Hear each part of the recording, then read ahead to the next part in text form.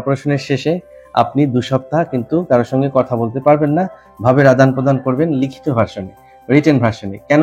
কারণ আমরা যে ষড়যন্ত্র থেকে যে ভোকাল কর্ড পলিপটিকে তুলে আনবো, তো সেই জায়গাতে একটু রেস্ট দিতে হবে।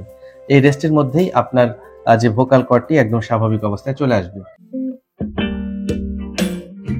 ভোকাল কর্ড পলিপ এই জিনিসটা কি, এবং এই ভোকাল কর্ডে পলিপ হলে সমস্যায় বা কি হয়, এবং এখান থেকে পরিত্রাণের কি উপায় রয়েছে, সেটা কিন্তু আসলে জানবার ভীষণ প্রয়োজন রয়েছে। আমার একজন সম্মানিত রোগী, তার নাম আছে মিস্টার সালেহ আহমেদ জনি। তিনি আমার চেম্বারে এসেছেন তার এই জাতীয় সমস্যা নিয়ে, অর্থাৎ তার ভোকাল কর্ডে পলিপ রয়েছে, এবং সেই পলিপের চেহারাটা একটু এই মুহূর্তে আমি আপনাদেরকে দেখাচ্ছি। এই যে এটা একটা ভোকাল কর্ড, এটি একটি ভোকাল কর্ড। তো মূলত এটি হচ্ছে ডান পাশের ভোকাল কর্ড, এটি হচ্ছে বাম পাশের ভোকাল কর্ড। লক্ষ্য করা যাচ্ছে যে তার লেফট ভোকাল কর্ডে এই যে একটি গোটার মতন খেয়াল করা যাচ্ছে, এটাই মূলত পলিপ। এবং এই পলিপটি থাকার ফলে যেটি হচ্ছে যে তার কণ্ঠস্বরের একটি পরিবর্তন হয়ে গিয়েছে।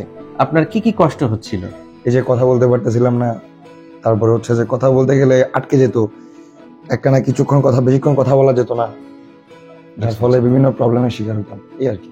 এই যে গ্যার গ্যার গ্যার গ্যার গ্যার গ্যার করছে, তাই না? তো আমার মনে হয় ওষুধ খাওয়ার পর একটু পরিবর্তন হয়েছে, তাই না?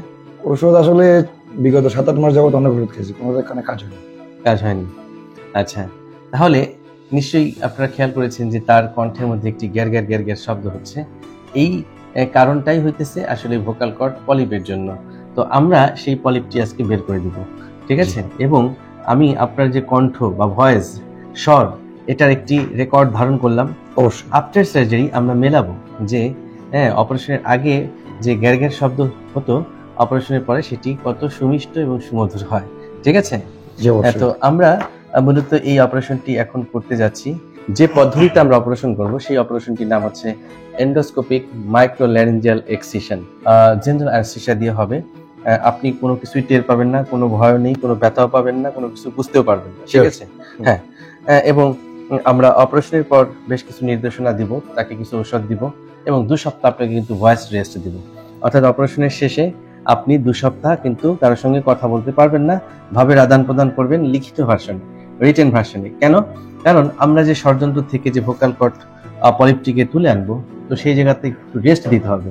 এই রেস্টের মধ্যেই আপনার যে ভোকাল কর্ডটি একদম স্বাভাবিক অবস্থায় চলে আসবে, তখন আপনার কণ্ঠ একদম সুমধুর হবে। হ্যাঁ, এবং একই সাথে আপনার নাকেরও কিছু সমস্যা রয়েছিল, অর্থাৎ আপনার নাকটা মাঝে মধ্যে বন্ধ থাকতো, তাই তো?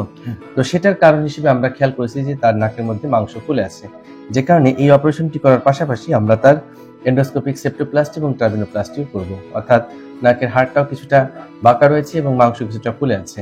এই জন্য এই কাজটি আমরা একই সাথে করে দিব, যাতে বারবার আপনাকে অপারেশন টেবিলে আসতে না হয়। আমরা ভালো কিছুর জন্য অপেক্ষা করছি। হ্যাঁ, সো আপনারা আমার এই স্মার্ট পেশেন্টটির জন্য দোয়া করবেন, যাতে ওর এই হাসি মুখখানা অপারেশনের পরেও থাকে।